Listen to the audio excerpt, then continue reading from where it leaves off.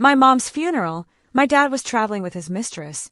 That night, I got a text from her number. "I'm not dead. Come to the cemetery. Now." I drove there, and what I saw made my blood run cold. But I'm getting ahead of myself. Let me take you back to that gray afternoon in London, standing at my mother's graveside while rain hammered down like the universe itself was mourning. I was 32 years old, and I'd never felt more alone. The vicar droned on about devotion and family and eternal rest, his words dissolving into the downpour. Around me stood aunts, uncles, neighbors, people who'd known my mother, Catherine, for decades. They clutched black umbrellas and dabbed at tears, whispering about how sudden it was, how tragic, how she was only 58. Too young, they said. Far too young. But one person was notably, devastatingly absent. My father, Michael. He was supposedly in Italy. A business emergency. He texted me 3 hours before the funeral. Critical meeting he couldn't miss. He was so sorry. I'd understand, wouldn't I? Except I knew exactly where he was and who he was with. Elena, his mistress of 2 years. The woman he'd been sneaking around with while my mother slowly broke apart. I discovered the affair 6 months ago, purely by accident. I'd borrowed his laptop to check my email, and there they were, messages that made my stomach turn. Explicit photos, plans for secret weekends away, pet names that should have belonged to my mother. When I confronted Mum about it, she collapsed into my arms like a puppet with cut strings. She'd known for over a year, she admitted through tears. She'd been too afraid to leave him, financially dependent after years as a housewife, emotionally shattered, convinced that at 58, she couldn't start over. "Next month," she kept saying. "I'll be stronger next month. I'll leave him next month." Next month never came. The heart attack happened 3 days ago. Sudden, the doctor said. Catastrophic. She died alone in the house while Michael was at what he claimed was a conference in Manchester. But I checked his credit card statements after. He'd been in Brighton, at a hotel, with her. I'd had to identify my mother's body by myself. I'd held her cold hand and told her I was sorry, so sorry I hadn't saved her from him. And now here I was, burying her while he sipped wine in Rome with the woman who'd helped destroy her. The funeral ended. People approached me with condolences that felt like noise. I nodded, smiled numbly, thanked them for coming. My best friend Claire grabbed my arm as the crowd dispersed. "Sarah," she said quietly, her face stricken. "Your dad just posted on Facebook." She showed me her phone. There he was, my father and Elena at the Trevi Fountain, both grinning like tourists without a care in the world. Posted 1 hour ago, while his wife of 35 years was being lowered into the ground. The caption read, "Sometimes you need to escape and find beauty in unexpected places." I thought I might vomit right there in the cemetery. I don't remember driving home to my flat in Hackney. I don't remember climbing the stairs or unlocking my door. I just remember sitting on my sofa in my funeral dress, mascara streaking my face, staring at nothing. My phone buzzed. Another message from him. "I'll be back Friday. We'll talk then. I loved your mother, Sarah. You have to believe that."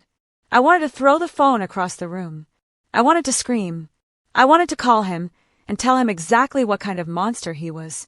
Instead, I just sat there, drowning in grief and rage, feeling utterly powerless.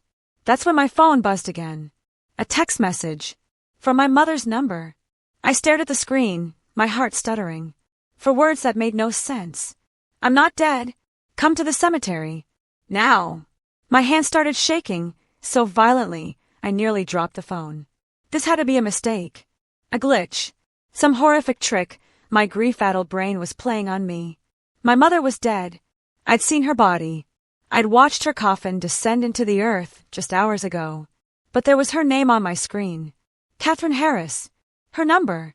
I scrambled off the sofa and ran to the cardboard box in my bedroom, the one containing her belongings from the hospital. I tore it open with trembling fingers. Her handbag, her wedding ring, her glasses, and her phone, exactly where I'd left it, screen dark, battery dead for 3 days. So who the hell had sent that text? I called the number with shaking hands. It rang, and rang, and rang. Then her voicemail clicked on. Her voice, warm and familiar and so impossibly alive. "You've reached Catherine Harris. Leave a message and I'll get back to you. A sob tore out of me. This couldn't be happening. This wasn't real. But what if it was? What if somehow, impossibly, there'd been a mistake at the hospital? What if they'd misidentified someone else's body and my mother was out there, confused, hurt, trying to reach me? I didn't let myself think it through. I grabbed my keys and ran. The drive to Highgate Cemetery was a blur of rain and streetlights and my own ragged breathing. It was nearly 11 at night. The roads were empty. My rational mind kept screaming that this was insane, that I was having some kind of breakdown, that I needed to turn around and call someone for help. But a desperate, grief-drunk part of me clung to the impossible hope that maybe, my mother was still alive. The cemetery gates were locked when I arrived, tall iron bars cutting across the entrance. I didn't hesitate. I climbed, catching my dress on the spikes, tearing the fabric, not caring. I dropped down on the other side and ran through the grounds. The Victorian graves cast long shadows in the emergency lighting. Stone angels loomed overhead. The rain had turned the pathways to mud. My heels sank with every step. My mother's grave was in the new section, a fresh mound of dark earth, already wilting flowers scattered across it. The sight of it made my chest tighten painfully.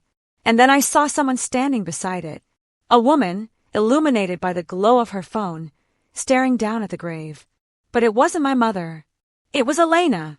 My father's mistress was standing at my mother's grave at 11 o'clock at night. "What the fuck are you doing here?" The words came out as a snarl. Elena spun around, and in the dim light, I could see her face. She didn't look smug or guilty. She looked terrified. "Sarah," she whispered, "I got a text. From your mother's phone. It told me to come here. I thought maybe she'd left something for me. A message or..." "You got a text too?" I pulled out my phone and showed her. Her eyes went wide. "They're identical. Both sent at the same time."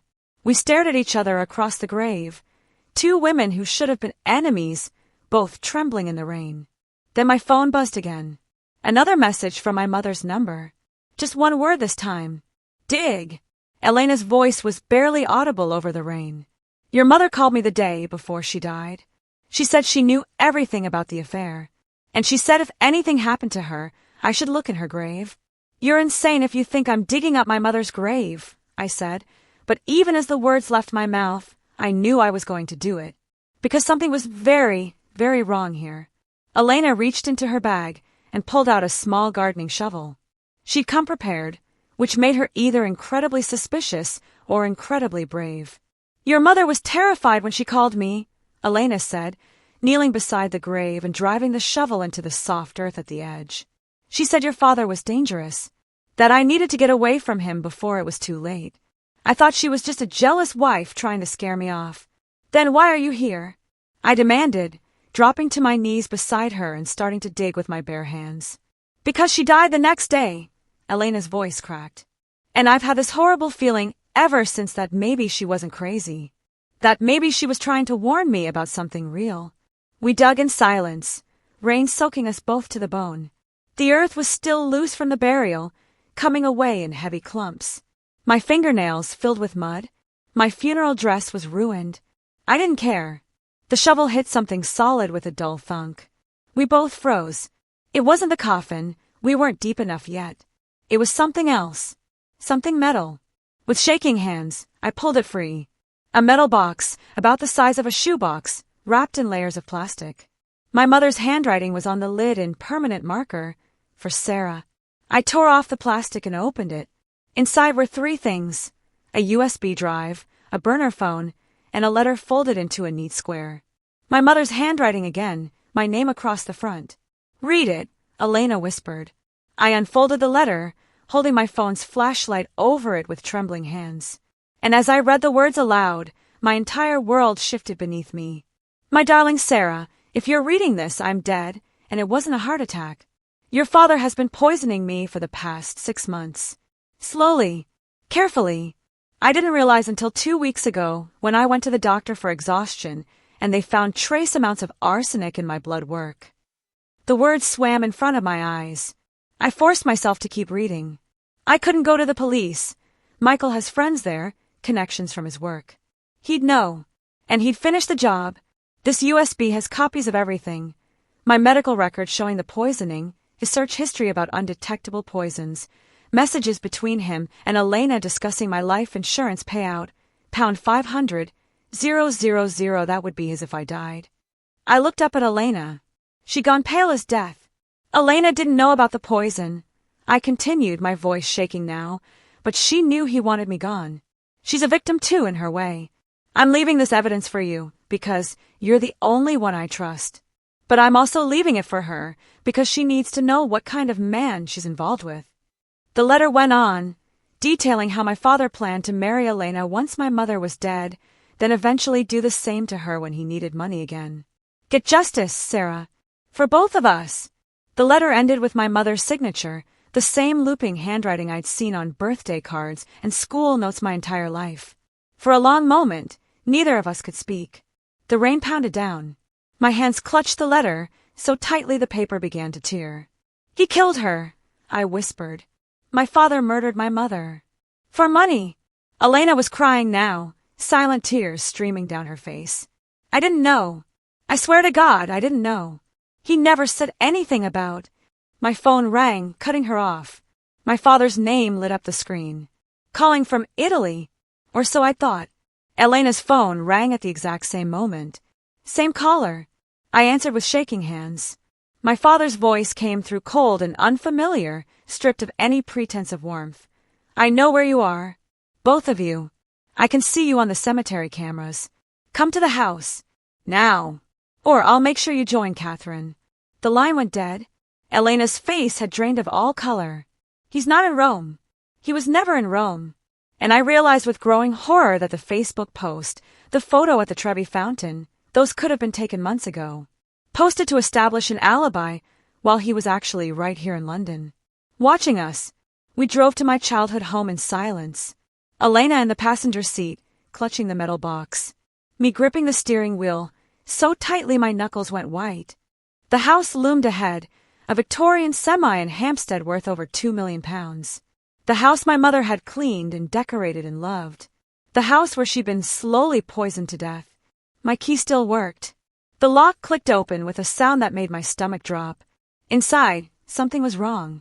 The air smelled off, like bleach mixed with something chemical and wrong. The lights were off, but I could sense him in there, waiting. We found him in the living room, sitting in the armchair he'd always claimed as his. Still wearing his airport clothes, jeans, and a button-down shirt. Not a suit, because he'd never actually gone to the airport. I knew your mother was too clever, he said conversationally, as if we just walked in from a pleasant dinner. I knew she'd figure it out eventually. That's why I had to speed up the timeline. The casualness of it, the complete absence of remorse, made me want to scream. You killed her, I said, my voice steadier than I felt. Slowly. For 6 months. For insurance money. For freedom, Michael corrected, and the word hit me like a slap.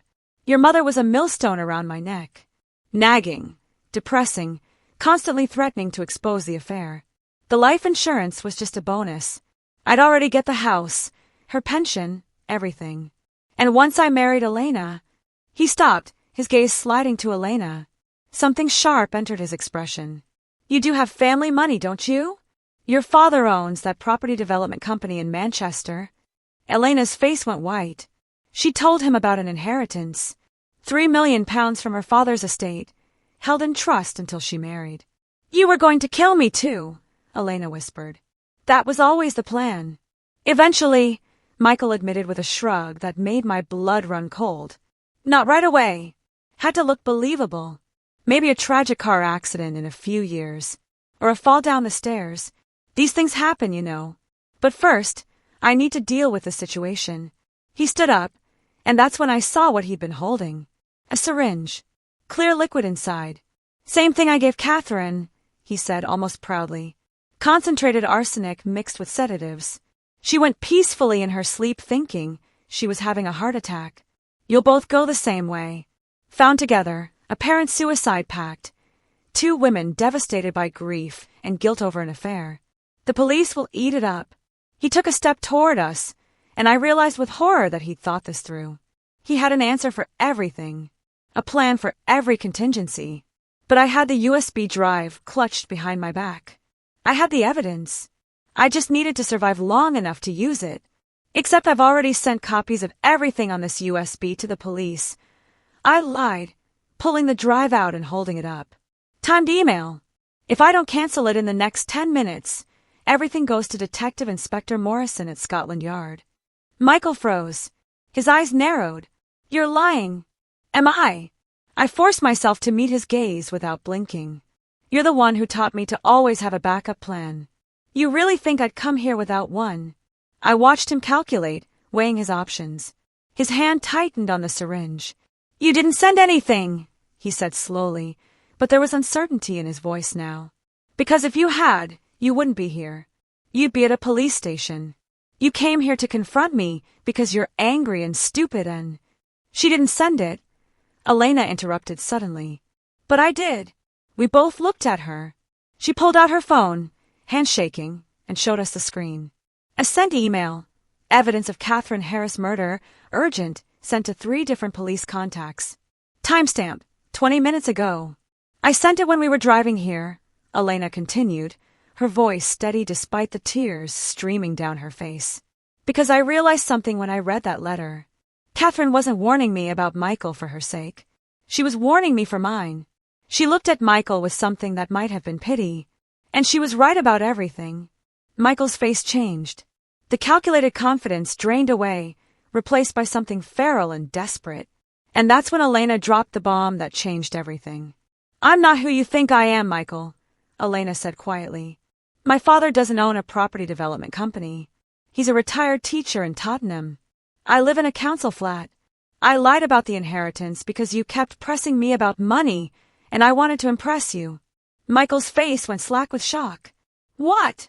But there's something else you should know, Elena continued, pulling out the burner phone from the metal box. I wasn't having an affair with you by accident.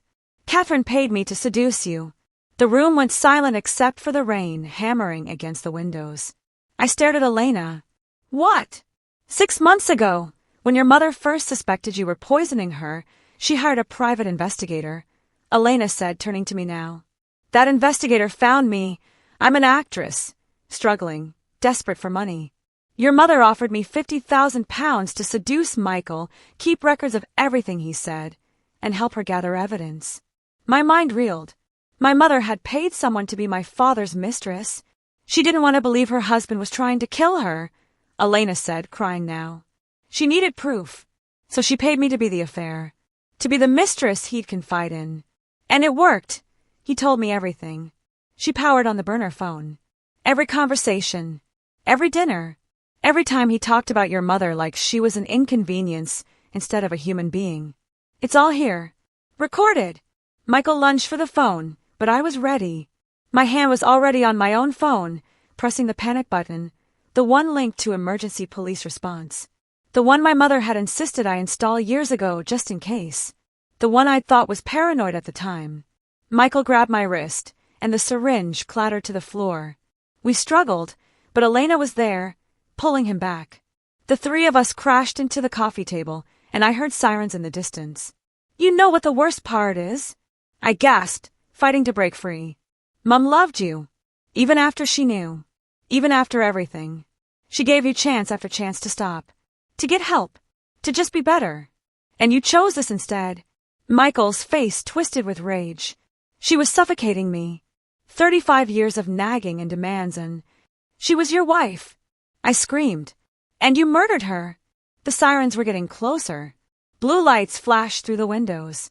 Michael looked between us, between the door, calculating his last desperate moves. But it was over. The evidence was sent. The police were here. Elena's recordings. My mother's medical records. The USB drive with his search history about poisons. He'd planned everything so carefully, except for the one thing he couldn't predict. That my mother would be smarter, braver, and more determined to protect me even as she was dying. The front door burst open. Police flooded in, not just local uniforms but detectives, including D.I. Morrison, who'd received Elena's email and immediately dispatched units. Michael tried to run, but he didn't make it past the hallway. They tackled him to the ground while he screamed about false evidence, about conspiracy, about how his wife was mentally ill and everyone was lying. But the evidence was overwhelming. And his protests sounded exactly like what they were, the desperate lies of a murderer who'd finally been caught. As they led him away in handcuffs, he looked at me one last time. Not with remorse or regret, just cold calculation, already planning his defense. I felt nothing but exhaustion and grief, and a desperate wish that my mother was here to see this. That she'd survived long enough to watch justice happen. But she hadn't, because even knowing she was being poisoned, even hiring someone to help her, even leaving breadcrumbs from beyond the grave, it hadn't been enough to save her life. It had only been enough to save mine. At the police station, the truth came out in pieces, each one more devastating than the last. Catherine had suspected something was wrong for months before she went to the doctor. The exhaustion that wouldn't go away. The stomach pains. The way her hands shook when she tried to write. Michael kept insisting she was overworking herself, that she needed to rest, take the vitamins he'd personally bought for her. The vitamins that contained arsenic. When her doctor found trace amounts of the poison in her blood work, Catherine knew she couldn't go to the police. Michael had friends in the department, drinking buddies from his consulting work, golf partners, men who'd known him for years. They'd believe him over her. He'd spin it as a desperate, mentally ill wife making accusations to get back at him for the affair. So she hired a private investigator and hatched a different plan. The investigator found Elena through an acting agency specializing in unusual contracts. Catherine met with her in a coffee shop in Camden, showed her photos of Michael, and made her offer £50,000 to seduce him, get him to confess to wanting Catherine gone, and record everything. It took Elena less than a week to catch Michael's attention. He was already looking for affairs, already cultivating his exit strategy. All she had to do was be available and willing to listen. He talked about your mother like she was an obstacle to overcome, Elena told me in the interview room, her voice hollow. Like she was a problem that needed solving rather than a person. I recorded everything. Him discussing life insurance payouts, fantasizing about being free, even joking about accidents that could happen to older women. Catherine's plan was straightforward. Divorce him with ironclad evidence, get him arrested for attempted murder, and rebuild her life. She'd even started looking at flats in Brighton, planning her escape. But Michael moved faster than she expected. The arsenic doses increased. Catherine deteriorated quicker than she'd anticipated. And on the night she died, she'd been trying to call me, to tell me everything but couldn't get through. I'd been at a work dinner with my phone on silent. She died alone, in the bed she'd shared with her murderer for 35 years, trying to reach her daughter one last time. The medical examiner's report confirmed it. Cause of death was cardiac arrest triggered by acute arsenic poisoning. The doses had been carefully calibrated to mimic a natural heart attack, but under scrutiny, the evidence was impossible to miss. Michael's search history told the rest of the story. Months of research into undetectable poisons, how to disguise symptoms, how to avoid suspicion. He'd even joined online forums discussing theoretical murder methods, always careful to frame his questions as research for a novel he was supposedly writing. And then there were the messages on his burner phone, the one the police found hidden in his car, discussing untraceable methods with a dark web contact. He'd been planning this for over a year. Your mother was incredibly brave, D.I. Morrison told me after taking my statement. She knew she might not survive long enough to see this through, so she built in fail-safes. The buried evidence, the video message, the staged text to bring you and Elena together. She orchestrated the entire thing, knowing she might not be alive to see it play out. She didn't die thinking she was alone, Elena added softly. She died knowing she protected you. That even if the worst happened, you'd find the truth. That you'd finish what she started. I wanted to feel relief. Justice. Something that resembled closure. But all I felt was hollow grief and desperate rage that my mother had to plan her own posthumous justice because she couldn't get it while alive. There's one more thing, D.I. Morrison said, pulling out a laptop. Catherine left a video message.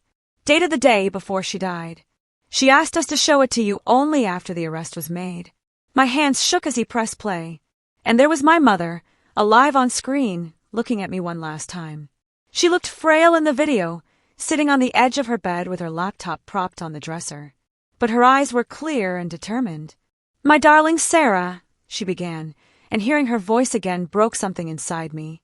If you're watching this, I'm gone, and I hope Michael is in custody. I'm so sorry I couldn't tell you while I was alive. I was terrified of him, of what he might do to you if you knew too much too soon. She took a shaky breath. I stayed with your father for too long. I told myself I was staying for you, for family, for security. But the truth is I stayed because I was afraid. Afraid of being alone at 58. Afraid of starting over. Afraid of proving everyone right who said I couldn't survive without him. Tears streamed down her face, and mine too. I was wrong. I should have left the moment I stopped feeling safe in my own home. But I didn't. And that's on me. What's not on me is what he chose to do. His decision to poison me rather than divorce me. That's evil, pure and simple. She leaned closer to the camera, her expression fierce despite the tears. But here's what I want you to understand. You are stronger than I ever was. You're braver, smarter, more capable of protecting yourself. Don't make my mistakes. Don't stay with someone out of fear. Don't sacrifice your peace for someone else's comfort. Promise me. I nodded at the screen, unable to speak. Elena is a good person, my mother continued. She didn't have to take this job, but she did, and she kept me company in those last months when I was so alone. Be kind to her. And as for your father, don't waste your anger on him. He's not worth it. He'll spend the rest of his life in prison, and that's justice enough. She smiled then, and for a moment, she looked like the mother I remembered from childhood. Strong, warm, impossibly alive. I love you so much. More than you'll ever know. And I'm sorry I won't be there to see the amazing life you're going to build. But I know you will. Because you're my daughter. And you're extraordinary. The video ended. I sat in silence for a long time, crying while Elena cried beside me. Two women bound together by my mother's impossible bravery and my father's unforgivable cruelty. 6 months later, Michael was convicted of first-degree murder and attempted murder. The evidence was overwhelming. The jury deliberated for less than 3 hours. He got life in prison with no possibility of parole. The £500,000 life insurance paid out to me. I donated half to a domestic violence charity in my mother's name, the Catherine Harris Foundation, dedicated to helping women escape dangerous marriages before it's too late. Elena used the £50,000 my mother had paid her to go back to drama school, finally pursuing her acting career properly. We stayed friends, an unlikely bond forged in the worst circumstances imaginable. And me. I spoke at my mother's memorial, a proper celebration of life now that justice had been served. I talked about a woman who loved fiercely, who protected her daughter even in death, and who taught me that sometimes the strongest thing you can do is survive long enough to fight back. My mother saved my life by leaving breadcrumbs from beyond the grave. She taught me that justice doesn't always come fast, but it comes. And that love, real love, means protecting people even when you're not there to hold them anymore. Every day, I carry her lesson with me. Never stay where you're not safe. Never trust someone who makes you feel small, and never underestimate what a woman will do to protect the people she loves. Even from the grave.